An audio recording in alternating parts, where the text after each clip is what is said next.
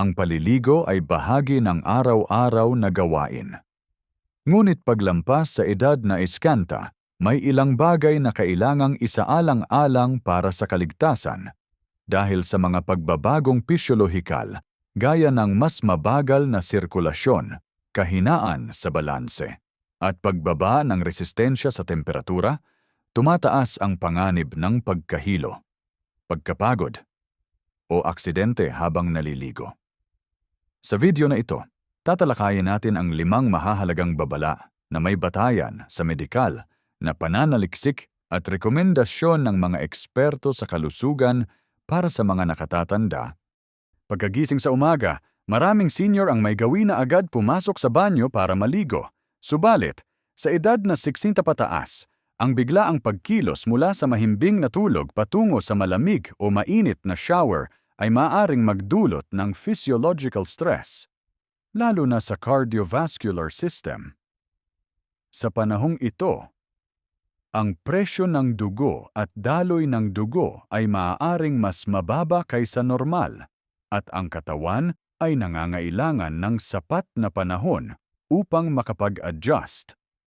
Ayon sa isang artikulo mula sa Journal of Clinical Hypertension noong 2018, napag-alamang ang sympathetic nervous system ng matatandang pasyente ay mas reactive sa abrupt environmental stimuli, gaya ng pagbabago ng temperatura sa paligid. Sa madaling salita, ang biglaang buhos ng malamig o mainit na tubig sa katawan pagkagising ay maaaring magdulot ng mabilis na pagtaas ng presyo ng dugo o sa ilang kaso, labis na pagbaba nito na maaaring magresulta sa pagkahilo o pagkakatumba.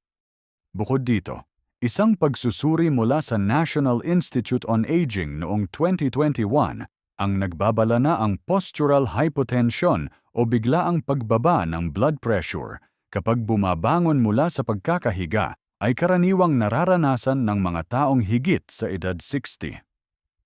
Kapag ito ay naipares sa malamig na temperatura ng tubig, tumataas ang panganib ng sinkope o pansamantalang pagkawala ng malay.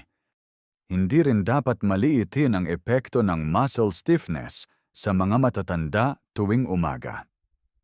Sa panahon ng pagtulog, bumabagal ang metabolic activity at ang joints ay hindi ganoon kaaktibo.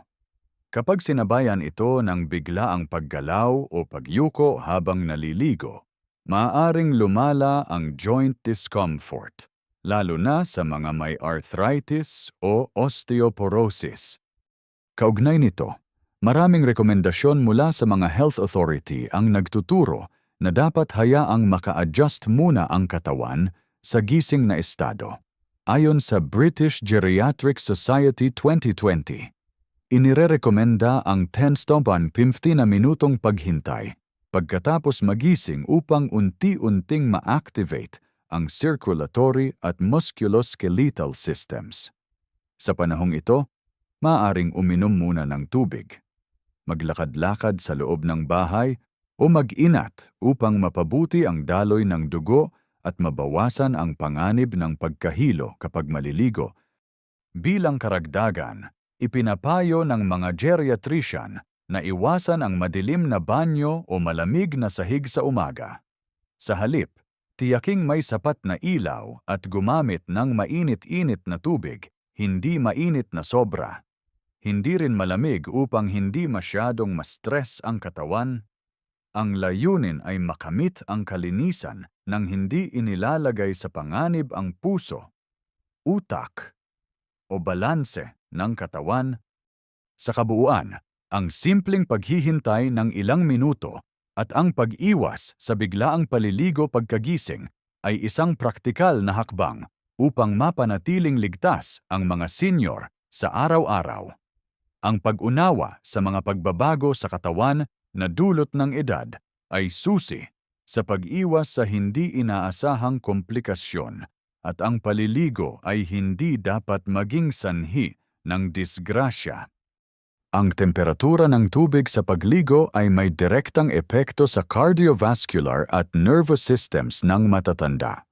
Sa edad na 60 pataas, ang katawan ay mas mabagal mag-adjust sa malamig na stimulus at ang abrupt exposure sa malamig na tubig, lalo na sa ulo at dibdib ay maaaring magdulot ng vasoconstriction o pagkipot ng mga ugat na nagre-resulta sa biglaang pagtaas ng presyon ng dugo o kabaligtaran, biglang pagbaba nito. Ayon sa isang clinical review mula sa International Journal of Environmental Research and Public Health 2020, ang cold water immersion ay may documented effects sa autonomic nervous system, kabilang na ang instant elevation ng heart rate at peripheral vascular resistance. Bagamat ang ganitong epekto ay maituturing na normal response sa mga bata o malalakas pa ang katawan, ito ay may potensyal na maging delikado sa mga matatandang may kasaysayan ng hypertension, arrhythmia, o coronary artery disease. Ang kaso ni Linda, 72 taong gulang, ay isang halimbawa. Matapos ang paliligo gamit ang malamig na tubig sa isang malamig na umaga, nakaranas siya ng pagkahilo at mabilis na pagtibok ng puso. Sa pagsusuri, napag-alamang ito ay isang mild cardiovascular event na na-trigger ng abrupt cold exposure. Ayon sa kanyang attending physician, sa kabutihang palad, agad siyang nakarecover, ngunit kinailangang baguhin ang kanyang bathing routine bilang bahagi ng risk reduction strategy. Bukod sa epekto sa puso at ugat, binanggit din ng isang systematic review mula sa Journal of Aging Research 2017 na ang abrupt cold exposure sa shower ay nagdudulot ng temporary cognitive impairment sa mga matatandang may mild cognitive decline. Dahil dito, maaaring malito ang pasyente, mawala ng balanse, o madulas sa banyo. Lalo na kung walang sapat na suporta tulad ng handrails o non-slip mat. Dahil dito, mariing inirerekomenda ng mga geriatrician ang paggamit ng maligamgam na tubig sa halip na malamig o masyadong mainit. Ang ideal na temperatura ay nasa pagitan ng 37°C hanggang 40°C, sapat upang mapanatili ang comfort at maiwasan ang thermal shock. Isa pang praktikal na hakbang ay ang pag-umpisa ng paliligo sa paa, paakyat sa hita, braso, at huli ang ulo o dibdib. Sa ganitong paraan, nabibigyan ng oras ang katawan upang maka-adjust sa pagbabago ng temperatura.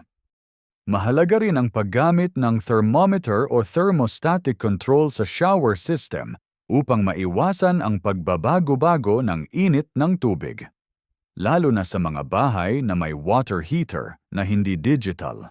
Ayon sa isang ulat mula sa National Institute on Aging 2019, ang mga aksidente sa banyo na kaugnay ng thermal burns o cold-induced fainting ay tumataas, lalo na sa panahon ng taglamig, kung kailan mas malaki ang thermal gap sa pagitan ng katawan at kapaligiran. Sa huli, hindi sapat ang simpleng sanay na ako sa malamig bilang batayan sa kaligtasan. Ang katawan ng isang taong higit sa 60 ay nagbabago sa kakayahang mag-regulate ng temperatura at blood pressure. Ang malamig na shower ay maaaring parang simpleng discomfort lang sa una. Ngunit maaari itong maging trigger ng seryosong kondisyon sa puso, utak, o balanse ng katawan.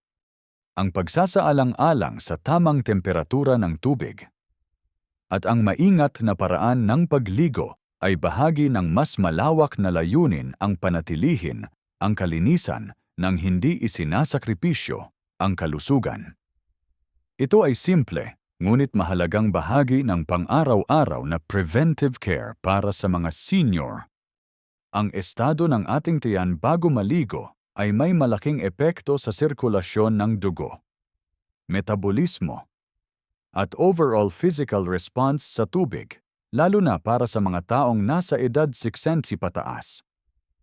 bagamat madalas na hindi nabibigyang pansin. Ang pagligo sa maling oras kaugnay sa pagkain ay maaaring magdulot ng hindi komportableng pakiramdam, pagkahilo, at sa ilang pagkakataon, cardiovascular stress. Kapag gutom, ang katawan ay maaaring nasa estado ng mild hypoglycemia, lalo na sa mga matatandang may history ng diabetes o metabolic imbalance. Ayon sa Journal of Endocrinology and Metabolism 2019, ang hypoglycemia ay nagiging mas common sa mga senior na hindi regular ang pagkain. Kapag pinagsabay ito sa paliligo na isang uri ng light physical stress, maaari itong magdulot ng lightheadedness, panghihina, o fainting episode, lalo na kung may kasamang mainit na shower na nagpapababa ng blood pressure. Sa kabilang banda, ang pagligo kaagad matapos kumain, lalo na ng mabigat na pagkain, ay hindi rin inirerekomenda. Kapag puno ang tiyan, ang katawan ay natural na nagdadala ng mas maraming dugo sa digestive system upang tulungan ang proseso ng pagtunaw. Kung sabay itong pinilit makibagay sa demands ng pagligo, gaya ng regulation ng body temperature, movement, at balance, maaaring kulangin ang supply ng dugo sa utak at iba pang organs. Ito ay posibleng magdulot ng panghihina, pagkahilo, o biglang pagbabago ng presyo ng dugo. Ayon sa isang clinical review mula sa American Geriatric Society 2021, si Ernesto, 60 taong gulang, ay isang retiradong guro na dating may pre-diabetes. Ayon sa kaniyang kwento sa kanyang doktor, palagi siyang naliligo kaagad pagkagising kahit hindi pa kumakain. Minsang umaga, nakaramdam siya ng biglang pagkahilo sa loob ng banyo. Sa pagsusuri, napag-alamang ito ay sanhi ng postural hypotension compounded by low blood glucose. Mula noon, pinayuhan siyang uminom muna ng tubig at magmeryenda ng magaan bago maligo sa umaga. Upang maiwasan ang ganitong sitwasyon, ang mga eksperto ay nagre-rekomenda ng hindi pagligo ng gutom, lalo na kung may huwag ding maligo sa loob ng 30 minuto matapos kumain ng full meal. Ang light snack gaya ng saging o tinapay na may kaunting protein at carbohydrate ay sapat na upang panatilihin ang stable energy levels kung kinakailangang maligo sa umaga. Dagdag pa rito, ayon sa Mayo Clinic Guidelines for Older Adults 2020, dapat ding iwasan ang sabayang paliligo at pagkilos ng mabilis pagkatapos kumain dahil sa panganib ng indigestion at fatigue. Sa mga senior na may acid reflux o GERD, ang paliligo kaagad pagkatapos kumain ay maaaring magpalala ng sintomas gaya ng pananakit ng dibdib o pag-akyat ng asido. Sa pangkalahatan, ang tamang timing sa pagitan ng pagkain at paliligo ay hindi lamang para sa comfort, kundi para maiwasan ang posibleng komplikasyon sa puso, utak, at sistema ng pagtunaw. Para sa mga matatanda, ang simpleng pag-adjust ng oras ng pagkain at paliligo ay isang praktikal na hakbang sa pang-araw-araw na preventive care na may malaking benepisyo sa pangmatagalang kalusugan. Para sa mga taong lampas edad 60, ang banyo ay itinuturing na isa sa mga pinakamapanganib na lugar sa loob ng bahay. Hindi dahil sa tubig mismo, kundi dahil sa panganib ng pagkadulas, pagkakatumba, at pagkabali ng buto. Ayon sa datos mula sa Centers for Disease Control and Prevention CDC, noong 2021 tinatayang higit sa 235,000 katao na may edad 65 pataas ang dumaranas ng mga injury na may kaugnayan sa banyo bawat taon sa Estados Unidos lamang. At mahigit 80% ng mga insidenteng ito ay dahil sa pagkakadulas. Ang mga pagbabago sa katawan dulot ng pagtanda tulad ng pagbaba ng muscle strength, kakayahan sa balance, At bilis ng reflexes ay nagpapataas ng posibilidad ng aksidente sa madulas na sahig. Bukod dito, ang kakayahan ng mga matatanda na mabilis bumawi kapag nadulas ay limitado na rin. Kaya't kahit simpleng pagkakatisod ay pwedeng magdulot ng seryosong pinsala. Isang halimbawa nito ay si Norma, 76 taong gulang, na nadulas habang bumababa mula sa bathtub. Wala siyang sapat na hawakan at hindi anti-slip ang tiles sa sahig.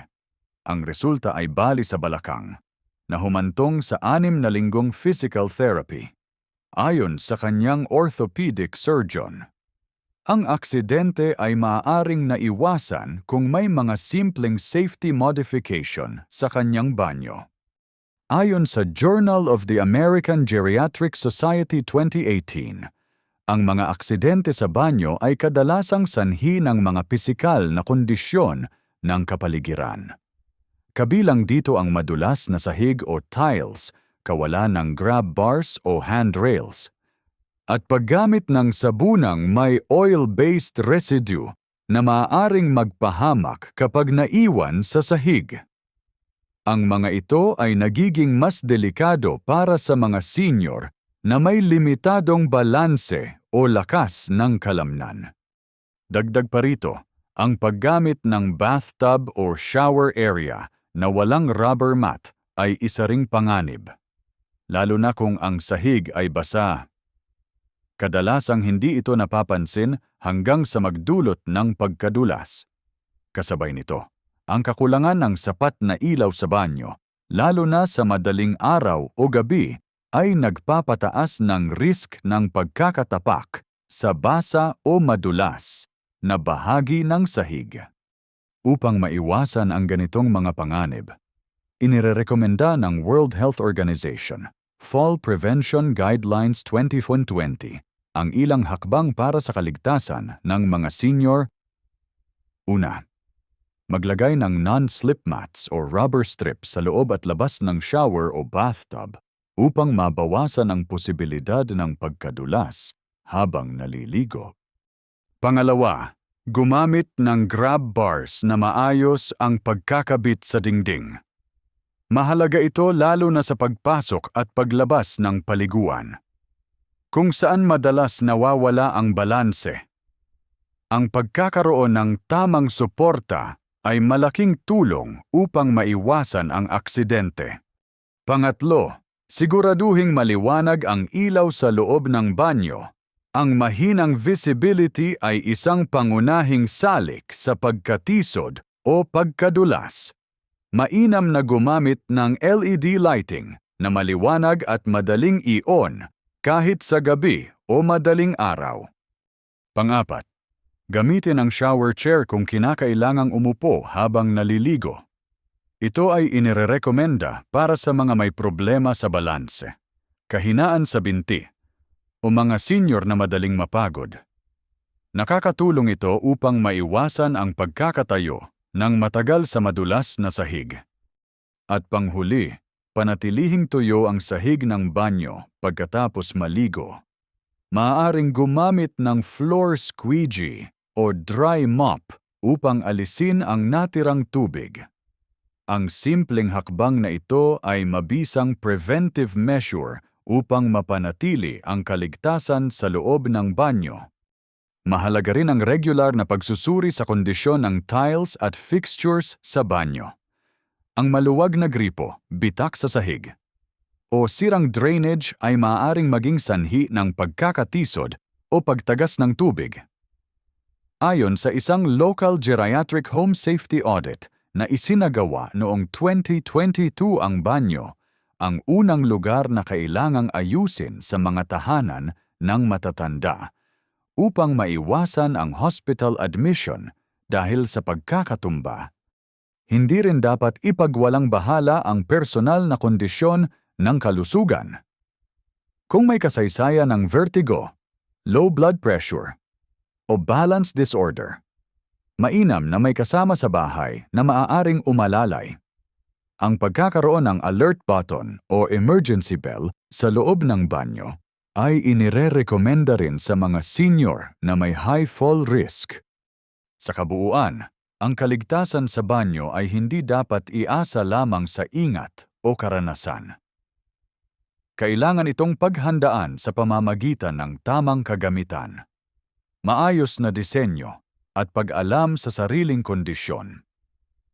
Sa ganitong paraan, ang araw-araw na paliligo ay nananatiling ligtas, komportable, at hindi nagiging sanhi ng hindi inaasahang aksidente.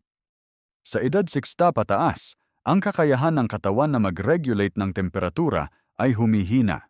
Dahil dito, ang sobrang tagal ng pananatili sa ilalim ng shower, lalo na kung mainit ang tubig, ay maaaring magkaroon ng negatibong epekto sa cardiovascular system, respiratory rate, at hydration status. Sa mga matatanda, ito ay hindi lamang usapin ng comfort kundi ng kaligtasan. Ayon sa Cleveland Clinic Geriatric Services 2021, ang matagal na pagligo gamit ang mainit na tubig ay maaaring magpababa ng blood pressure at magdulot ng vasodilation, ang pagluwang ng mga ugat sa balat.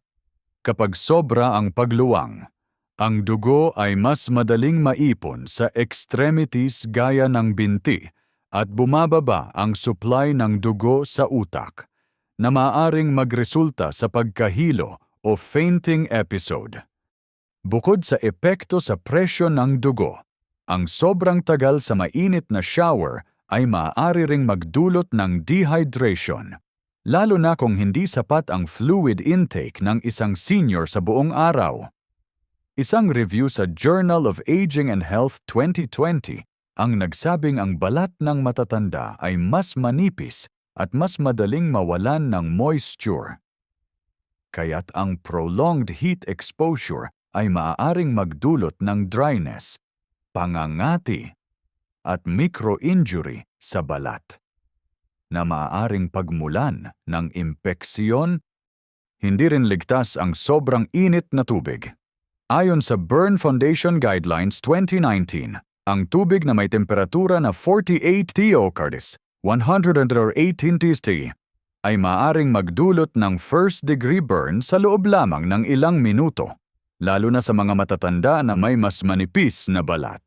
Kaya't ang inirerekomendang ligtas na temperatura ng tubig para sa mga senior ay hindi dapat lalagpas sa 30-70 to 40 DC, AFA, 98.6, 104. Ningawaf. Si Ramon, 70 taong gulang, ay nakaranas ng biglang pag-ikot ng paningin habang naliligo ng mahigit 20 minuto sa ilalim ng mainit na shower. Sa pagsusuri, natukoy na ito ay sanhi ng orthostatic hypotension, pinatindi ng sobrang init at tagal ng paliligo. Mula noon, pinayuhan siyang ilimit ang paliligo sa 10 minuto at gamitin lamang ang maligamgam na tubig. Upang maiwasan ang panganib na dulot ng sobrang tagal ng paliligo, inirerekomendang gumamit ng timer o alarm upang limitahan ang oras ng paliligo sa loob lamang ng 10 hanggang 15 minuto. Ang paggamit ng time control ay makatutulong upang maiwasan ang matagal na exposure sa mainit na tubig na maaaring magdulot ng pagbaba ng presyon ng dugo at dehydration. Lalo na sa mga nakatatanda, mahalaga ring iwasan ang sobrang init ng tubig sa paliligo. Ayon sa mga rekomendasyon sa geriatric care, ang temperatura ng tubig ay hindi dapat lumagpas sa 40 degrees. Kung kinakailangan, makabubuting gumamit ng thermometer upang matiyak ang tamang init. Ang sobrang init na tubig ay maaaring magpababa ng blood pressure at magdulot ng panghihina o pagkahilo. Pagkatapos maligo, inirerekomenda ang pagpapahinga ng ilang minuto bago magbihis o lumabas ng banyo. Ang biglaang paggalaw pagkatapos ng mainit na shower ay maaaring maging sanhi ng orthostatic hypotension, isang kondisyon kung saan biglang bumababa ang presyo ng dugo kapag tumatayo, na karaniwan sa mga matatanda. Panghuli, makatutulong ang uminom ng tubig bago o pagkatapos maligo upang mapanatili ang hydration, lalo na kung maliligo gamit ang mainit na tubig o kung mainit ang panahon. Ang pananatiling hydrated ay mahalaga upang mapanatili ang balanse ng temperatura ng katawan at maiwasan ang labis na pagkapagod. Mahalagang tandaan na ang layunin ng paliligo ay hindi lamang kalinisan kundi kaligtasan rin. Para sa mga senior, ang pagiging maingat sa tagal at temperatura ng paliligo ay bahagi ng isang proactive at preventive na diskarte upang maiwasan ang aksidente at stress sa katawan. Ang maikling paliligo gamit ang tamang init ng tubig ay mas ligtas, mas epektibo, at mas angkop sa pisyolohiyang nagbabago sa pagtanda. Ang paliligo ay bahagi ng pang-araw-araw na kalinisan at kaginhawaan. Ngunit para sa mga taong nasa edad 60 pataas, ito ay nangangailangan ng masusing pag-iingat. Mula sa tamang oras ng pagligo, ligtas na temperatura ng tubig, kondisyon ng katawan bago at pagkatapos maligo, hanggang sa kaligtasan ng kapaligiran sa banyo, lahat ng ito ay may mahalagang papel sa pag-iwas sa aksidente at stress sa kalusugan. Sa pamamagitan ng 5 simpleng paalala na tinalakay sa video na ito, maaaring makaiwas ang mga senior sa mga karaniwang panganib tulad ng pagkadulas, pagkahilo, pananakit ng dibdib, o dehydration. Ang pag-unawa sa mga pagbabagong pisyolohikal na dulot ng pagtanda ay susi sa paggawa ng tamang hakbang para mapanatili ang kaligtasan habang naliligo. Ipinapayo rin na kumonsulta sa doktor o health provider kung may nararanasang sintomas gaya ng madalas na pagkahilo, biglaang panghihina, o problema sa balanse, lalo na kung ito ay nauugnay sa paliligo o pagbabago ng temperatura. Ang pag-adapt ng tamang routine sa pagligo ay bahagi ng mas malawak na diskarte sa preventive care ng mga nakatatanda. Kung nakatulong sa iyo ang impormasyon sa video na ito, huwag kalimutang i-like at i-share ito sa mga kaibigan o kamag-anak na nasa senior age group. Subscribe din sa aming channel para sa iba pang practical at evidence-based na health tips para sa mga 60+.